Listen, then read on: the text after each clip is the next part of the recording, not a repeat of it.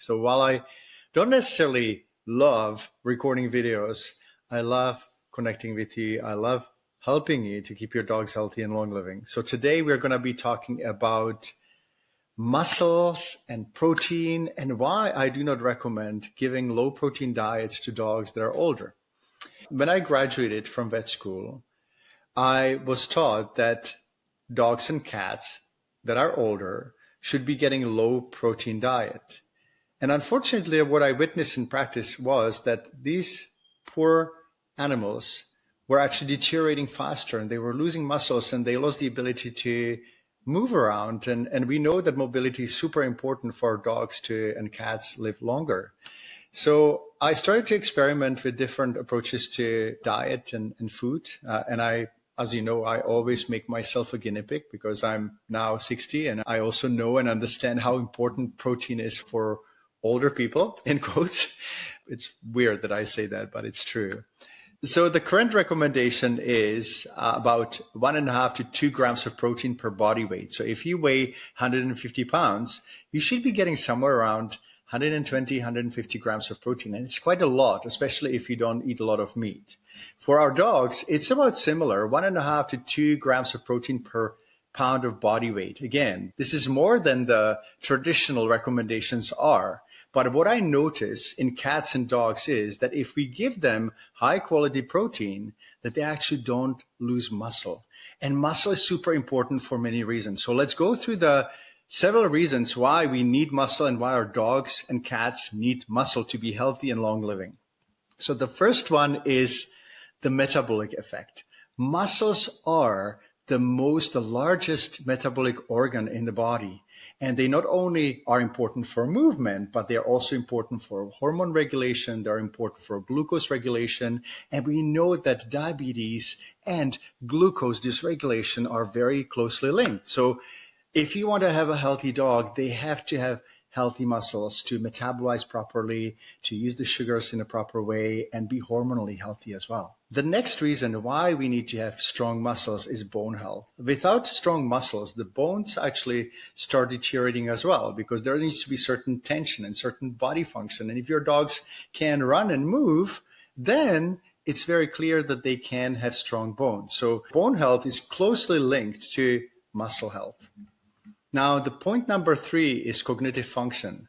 We know that every cell in the body needs the nutrients to actually thrive. And if we are protein deprived, we may start seeing signs of dementia, signs of cognitive impairment, signs of aging that we actually want to prevent and avoid. So, sometimes we look for some sort of magical cure or magic bullet for solving certain issues, but all we need to do is actually to feed our dogs healthy, higher quality protein diet and supplements, of course.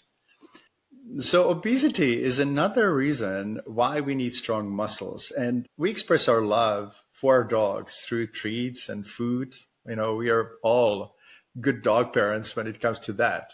But we don't always count the calories. And more treats means more likelihood that our dogs are going to be a little more overweight or heavier than they should be.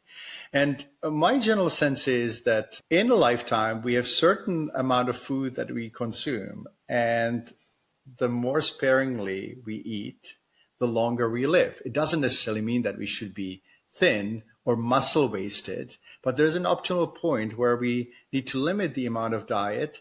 And at the same time, we should not limit the nutrition for our muscles. So going back to obesity, without muscles, we don't burn as many calories. Our dogs don't burn as many calories. So for you and your dog, if you exercise and if you keep yourself strong, that will lead to lower likelihood of obesity and obviously longer life. So that's another really important point. The next important point is injury and illness recovery.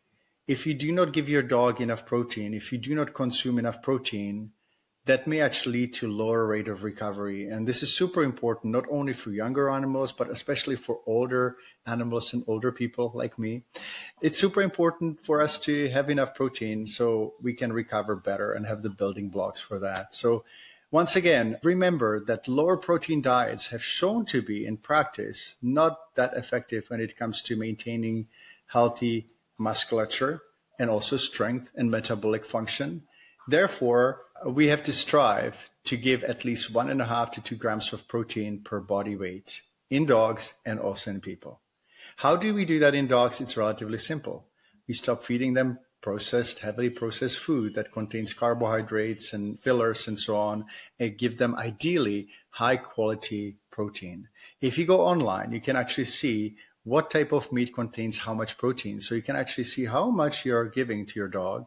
Obviously, I do like to add vegetables and some other ingredients. There's a great book of Dr. Karen Becker and Rodney Habib called The Forever Dog Life, and you can go there and find amazing recipes. It's an amazing, awesome book. And I would recommend you to just kind of experiment. I would recommend you to really keep this in mind if you want to keep your dog healthy and long living. I know some of you will be asking if there's any danger for your dog's kidneys or liver when you feed high quality protein diet. But based on my experience with management of kidney disease of a couple of decades, I have seen that dogs that are actually on high quality protein diet, and cats as well, do really well and better than those who are on low protein diet. I still do not understand why this low protein diet myth persists, but based on my clinical experience, I have seen that high quality protein diet actually leads to better, healthy metabolism and therefore also better maintenance of kidney disease. When it comes to the late stage of kidney disease, and this is where possibly the high protein or low protein recommendation came from, when it comes to late stage of kidney disease, then the protein metabolites may elevate the kidney toxins.